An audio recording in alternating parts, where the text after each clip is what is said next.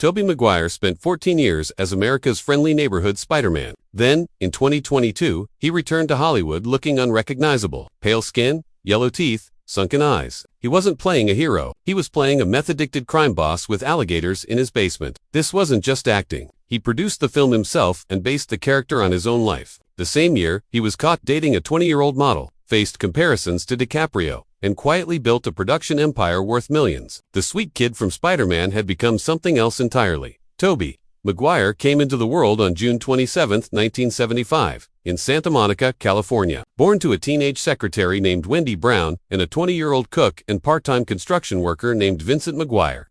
They weren't married when he was born, but tied the knot soon after. That didn't last. By the time Tobey was 3, the marriage had fallen apart, and the instability began shaping his childhood. There were nights when he and his mother stayed with relatives. Other nights they found themselves in shelters. He's openly said they lived off food stamps, had no consistent home, and got groceries from neighbors just to make it to the next day. At 18, Tobey's world cracked even further. His father robbed a bank directly across the street from where they lived, driven by grief, fear of cancer, and the loss of his sister. Before Tobey ever put on a Spider-Man suit, his dream was to wear a chef's apron. That was his escape plan, cooking just like his dad. But Wendy, watching how life had crushed Vincent, wanted something else for her son, so she bribed him. She offered Tobey $100 if he took a drama class instead of home economics. He took the deal. That one decision made at 12 years old completely shifted his future.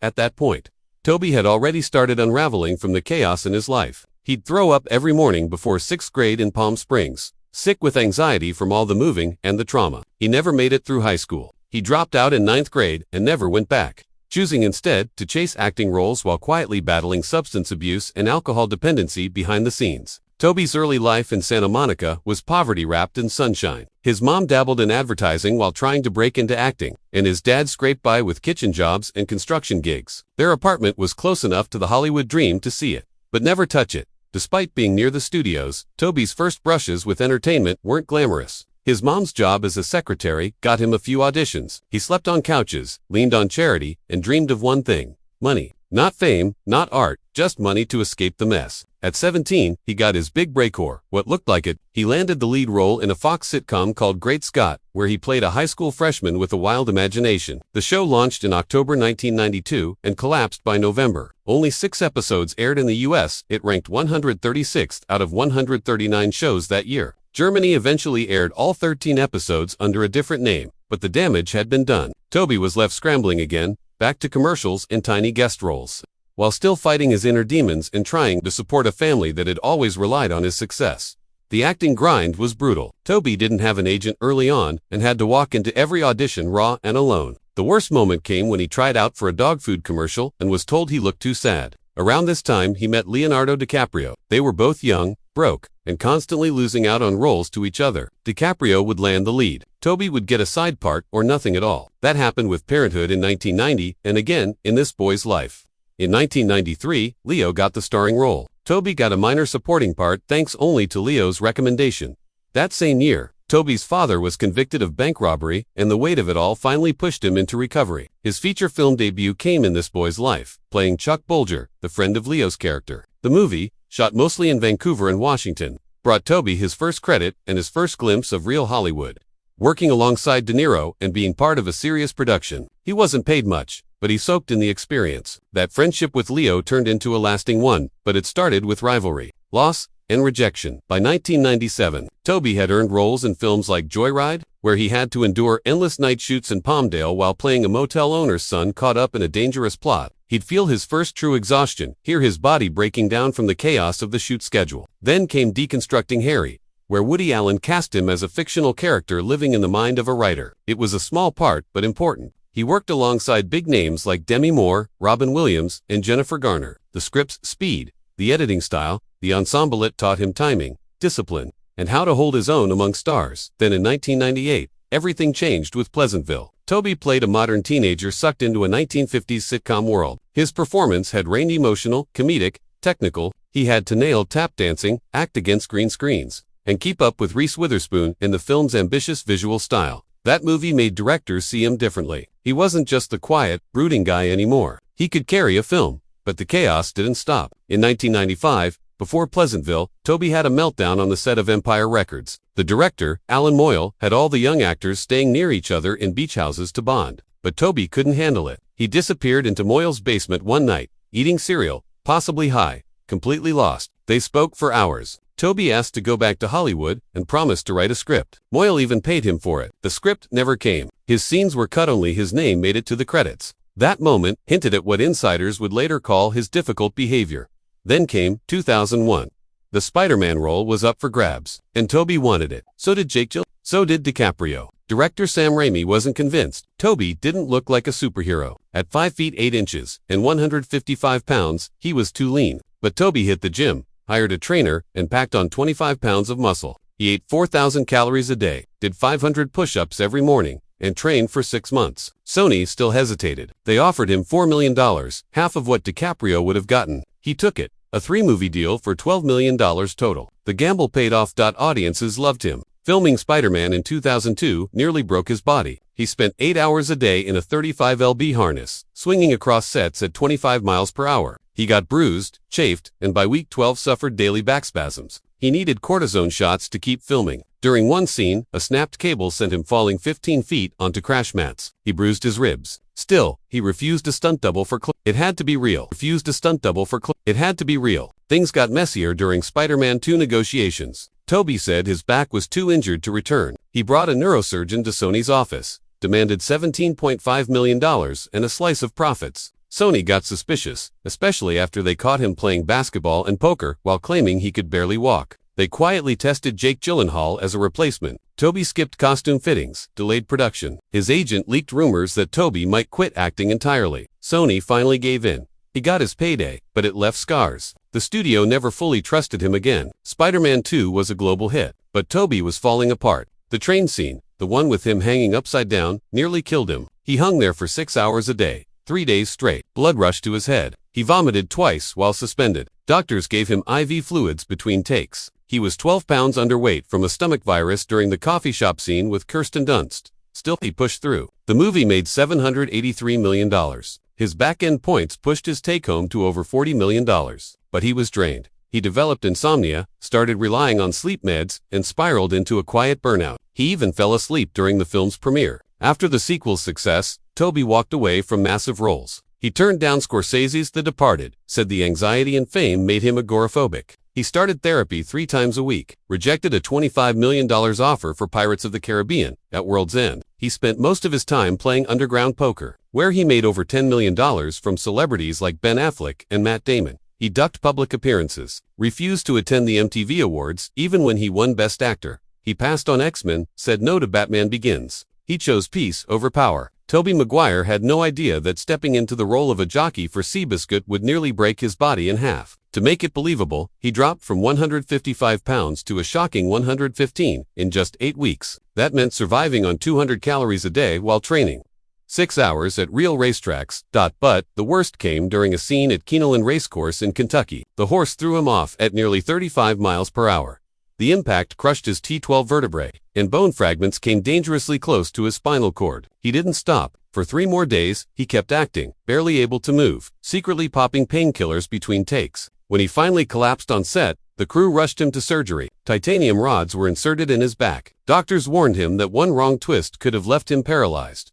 That single injury didn't just haunt him for years. It followed him straight into the Spider-Man films. Sony panicked. They were about to shoot Spider-Man 2, and suddenly their star couldn't walk without assistance. Behind the scenes, studio execs started planning without telling him. Jake Gyllenhaal was flown in. He tried on the suit, learned the choreography, and even took part in test shoots. Posters and promotional designs were quietly edited with Gyllenhaal's face. But Sony wasn't just preparing a replacement. They went further. They filed a $15 million insurance claim, claiming Tobey was permanently disabled while also trying to renegotiate his salary down. Tobey only found out when his agent intercepted internal communications. Furious, he threatened legal action. His doctor submitted video evidence showing Tobey walking. Sony backed off. Gyllenhaal, unaware of the game being played, later admitted he felt used. After this, every big action star contract began including strict injury clauses inspired by this exact moment.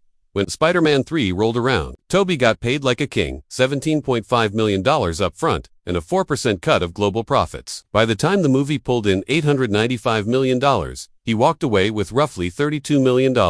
But the money came at a cost. The film became a battlefield. Director Sam Raimi wanted to focus on one villain, Sandman. Sony wanted to shove in Venom for toy sales. Tobey agreed with the studio. That betrayal cut deep. Raimi retaliated the only way he could, by deliberately making the emo Peter Parker dance sequence as cringy as possible. The final script was a war zone. At one point, Raimi reportedly threw it across the room at Amy Pascal, screaming he was directing a toy commercial, not a film. Their friendship never recovered. Raimi later said he hated every frame of that movie and blamed Tobey's loyalty to the studio for ruining it. Things behind the scenes only got messier. Tobey had gone full method. He stayed in character as the corrupted Peter Parker for months, never dropping the attitude, not even during lunch. James Franco said Tobey would insult crew members, claiming it was part of the character. During the jazz club scene, he slapped dancers hard enough that two had to receive medical treatment. Kirsten Dunst broke down on multiple takes because he kept improvising cruel lines. Raimi ended up hiring a psychiatrist to visit the set every week. At a cast Thanksgiving dinner, Tobey showed up late and made fun of Aunt May actress Rosemary Harris's age, driving her to tears.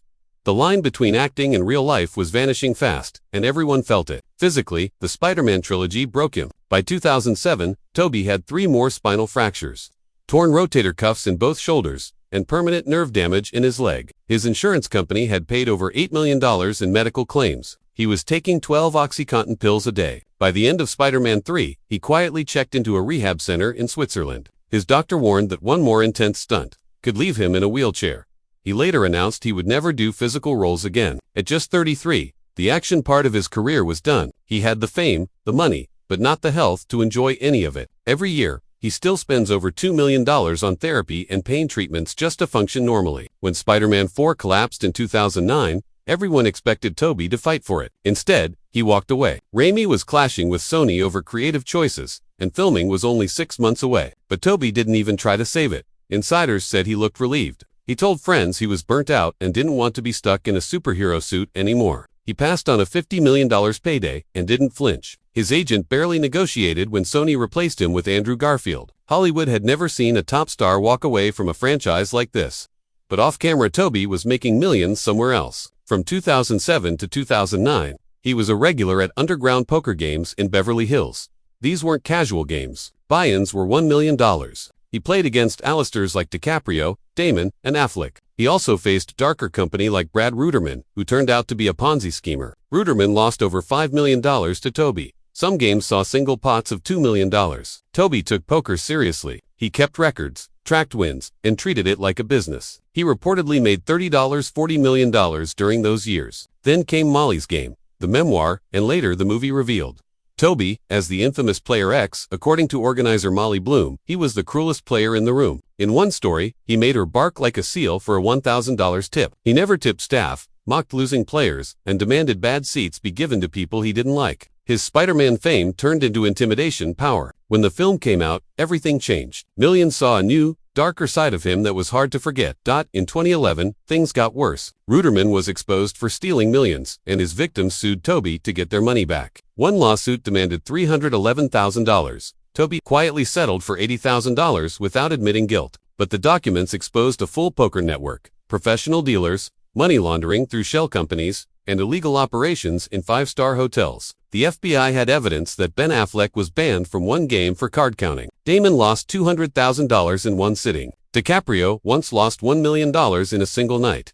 Studios took note. Maguire became untouchable. Family-friendly brands didn't want him anymore. He wasn't fired, but he also wasn't called back. Turns out, his difficult actor label had started long before. On Ride with the Devil in 1999, director Ang Lee dubbed over all of Maguire's dialogue. Co-star Charlize Theron called him hard to work with. He refused to speak between takes, even for meals. On Spider-Man, crew members started calling him Tobey, the dictator. He once delayed filming 3 hours over a single line he didn't like. Directors added Maguire clauses in contracts, so they could fire him easily if things went south. His own agent later told him to step away from the spotlight for a while. When he made Brothers in 2009, he dropped 20 pounds in 5 weeks.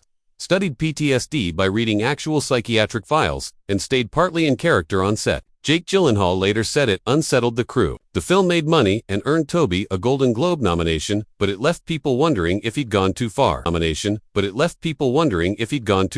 Then came The Great Gatsby. The party scenes were massive, confetti, orchestras, circus performers, and Tobey couldn't handle it. He kept breaking character mid-scene, overwhelmed by the chaos. In one pool shot, he froze, scared he'd fall off the platform. Baz Luhrmann had to reshoot entire days. Critics noticed the glamour on screen didn't match what was happening off it. In 2012, he started his own production company with $50 million. His first big hit was Life of Pi, which got 11 Oscar nominations. Ironically, Tobey had been cast in the film too, but his scenes were cut because he was too famous. Instead of being bitter, he leaned into producing. He backed projects quietly, avoided the spotlight, and rejected dozens of major roles. He wanted small indie films with control, not fame. For Pawn Sacrifice, he studied chess 6 hours a day for 8 months. He avoided all press, refused to do junkets, and filmed scenes in order to reflect Bobby Fischer's breakdown. He said he related to Fischer's desire to disappear. Critics said he looked genuinely paranoid during interviews. In 2010, he turned down The Social Network. His back had flared up again. Doctors warned he might end up paralyzed. He traveled with ergonomic chairs, got daily therapy, and limited his projects. After Spider-Man 3, he only acted in 4 films in 8 years. The risk wasn't worth it. During that time, the poker lawsuits came back. Ruderman's $25 million fraud pulled Tobey into a $300,000 scandal. The FBI exposed how these games worked. $100,000 buy-ins, hotel rooms, burner phones. Studios quietly backed away. No one wanted Spider-Man in a courtroom.